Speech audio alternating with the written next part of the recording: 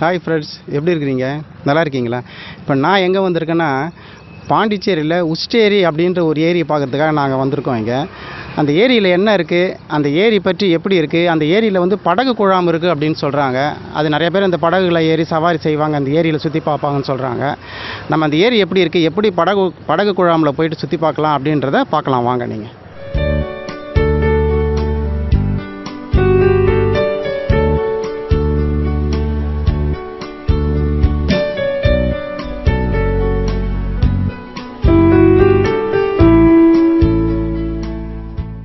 இப்போ பார்த்தீங்கன்னா நம்ம உஸ்டேரி லேக்குக்கு வந்துட்டோம். இதுதாங்க அந்த உஸ்டேரி லேக்.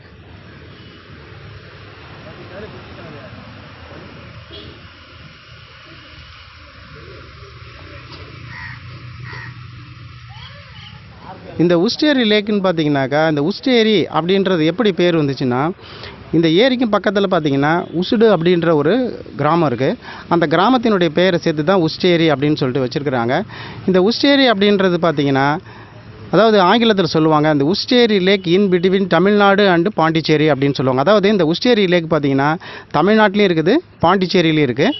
இந்த உஸ்டேரி லேக்கினுடைய மொத்த பரப்பளவு பார்த்தீங்கன்னா 800 ஹெக்டேர்ஸ் தான். இந்த 800 ஹெக்டேர்ஸில் 390 ஹெக்டேர்ஸ் வந்து பாண்டிச்சேரியில் வந்து என்ன பண்ணியிருக்காங்க, சுற்றுலாத்துறையாக வந்து அவங்க அமைச்சிருக்காங்க. இந்த சுற்றுலாத்துறையில் பொதுமக்கள் என்ன பண்ணுறாங்க, வந்து அவங்க போட்டிங் போகிறாங்க, உட்காந்துருக்குறாங்க. நிறைய பேர் பார்த்திங்கனாக்கா இலைப்பாடுறாங்க. நிறைய பேர் பார்த்திங்கன்னா வாக்கிங் போவாங்க. நிறைய பேர் பார்த்திங்கன்னா மன அமைதிக்காக ஒரு தண்ணி, இந்த ஏரியில் இருக்கிற தண்ணியை வந்து பார்த்துக்கிட்டு இருந்தால் அது நமக்கு ஒரு மனசுக்கு சந்தோஷமாக வரும். இதனால் நிறைய பேர் பார்த்திங்கன்னா இந்த ஏரிக்கு வராங்க.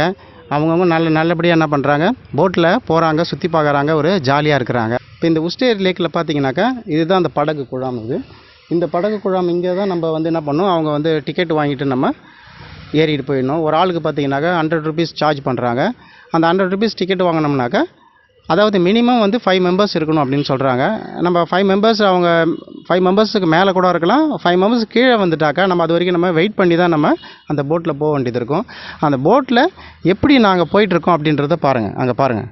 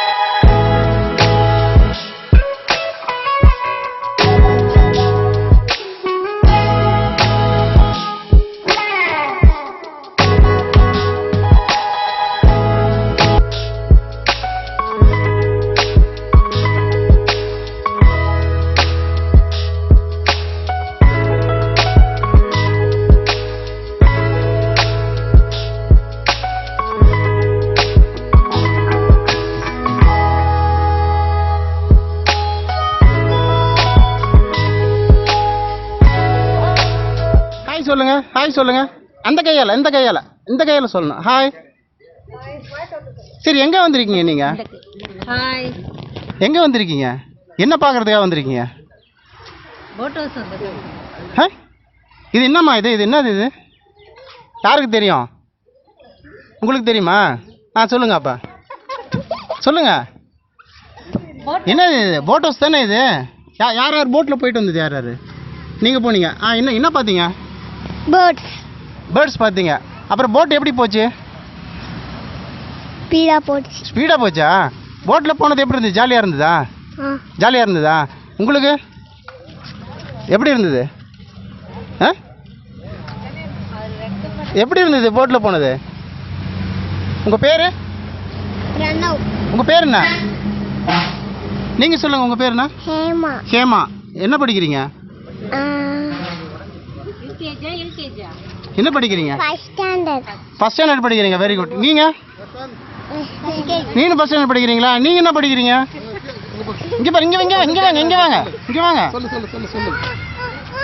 பேர் என்னன்னு சொல்லு. இங்கே வாங்க. பேர் சொல்லு. சொல்ல மாட்டீங்களா? நீங்கள் சொல்லுங்கள், உங்கள் பேர் என்ன? பமீலா. என்ன படிக்கிறீங்க? எந்த ஸ்டாண்டர்ட் படிக்கிறீங்க? Second standard. இப்போ அந்த போட்டிங்லாம் பார்த்தீங்களா? இந்த ஏரி பேர் என்னம்மா? உங்களுக்கு தெரியுமா இந்த ஏரி பேர் என்னன்னு சொல்லு. உஸ்டேரி. Very good. இந்த பேர் என்ன? Very good. உஸ்டேரி தான் இந்த ஏரி. இது பார்த்துட்டீங்களா? ஜாலியாக இருந்ததா? சார், உங்கள் பேர் சொல்லுங்கள். என் பேர் வசந்தராஜ். பாருங்க, இந்த ஏரி வந்து பார்த்தீங்கன்னா பாண்டிச்சேரி எல்லைக்கு உட்பட்டும் இருக்குது, அதே மாதிரி தமிழக எல்லைக்கு உட்பட்டும் இருக்குது. அது உண்மைதான். ஆமாம் சார். இது ஆக்சுவலாக என்னன்னா பிரெஞ்சுக்காரங்க ஆளும்போது தமிழ்நாடு பாண்டிச்சேரி அந்த மாதிரி எல்லாம் இல்லை, குடிநீர் தேவைக்காக ஏற்பட்ட குளம் தான் இது. அது லேக். அதை ஏரின்றது தான் உசுடு ஏரின்னு. அதாவது உசுடுன்றது வந்து இங்க உள்ள கிராமத்தினுடைய பேர் உசுடு. இந்த ஏரி பிளஸ் ரெண்டுத்தையும் ஒன்று சேர்த்து என்ன பண்ணிட்டாங்கன்னா உசுடு ஏரின்னு சொல்லிட்டாங்க. இப்போ நாளடைவில் இது என்ன ஆயிடுச்சுனாக்கா உசுடு ஏரி லேக் அப்படின்ற மாதிரி ஆயிடுச்சு. Okay sir. இப்போ நீங்கள் இந்த படகு சவாரி வந்திருப்பீங்க, எப்படி இருந்துச்சு? அது நல்லா இருந்தது. ஏன்னா பறவைகளை லைவாக நம்ம பார்க்கும்போது அது ஒரு டிஃப்ரெண்ட்டான வியூவாக இருக்குது. இடையே பார்க்குறதும் தண்ணியில் பார்க்குறதும் கிட்டக்க வந்து பார்க்குறது. இப்போ வந்து அந்த நம்ம ஏரியில் வந்து பார்க்கும்போது பார்த்தீங்கன்னா ஒரு சில இடத்துல பார்த்தீங்கன்னா மணல் மேடு மாதிரி இருக்கும். அந்த மணல் மேடுலாம் வந்து தானாக உருவானதா இல்லை சார்? இவங்க இயற்கையாக உருவாகாமல் செயற்கையாக உருவானது. ஏன்னா பறவைகள் வந்து இனப்பெருக்கம் செஞ்சு போகிறதுக்காக செயற்கையாக உருவாக்குனது. ஏன்னா இது வந்து டூரிஸ்ட்ன்றது மக்கள் வந்து பார்க்க கொள்ள வேணும்ன்றதுனால. பட் இந்த டூரிஸ்ட், இந்த படகு குழாம், இந்த டூரிஸ்ட் ஸ்பாட் வந்து பார்த்தீங்கன்னா இது பாண்டிச்சேரி. ஆமாம் சார். பாண்டிச்சேரி சுற்றுலாத்துறை கட்டுப்பட்டது தான். ஆமாம் சார். ஓகே சார், ரொம்ப நன்றி சார். இப்போ பார்த்தீங்கன்னா இந்த உஸ்டேரி லேக்குக்கு பார்த்தீங்கன்னா சார் வந்து பார்க்குறதுக்கு வந்திருக்காங்க. அவங்கள்ட்ட நம்ம வந்து ஒரு 2 லைன்ஸ் கேட்போம், இந்த ஏரியை பற்றி என்ன சொல்கிறாங்கன்னு பார்ப்போம். சார், இந்த ஏரிக்கு நீங்கள் இப்போ தான் வந்திருக்கீங்களா இல்லை இது முன்னாடி? பல முறை வந்து. நீங்கள் இந்த பாண்டிச்சேரி இந்த ஒரு 15 கிலோமீட்டர்ஸ் அங்கேருந்து கரிக்கலாம்பாக்கம் வில்லேஜ். கரிக்கலாம்பாக்கமா நீங்கள்?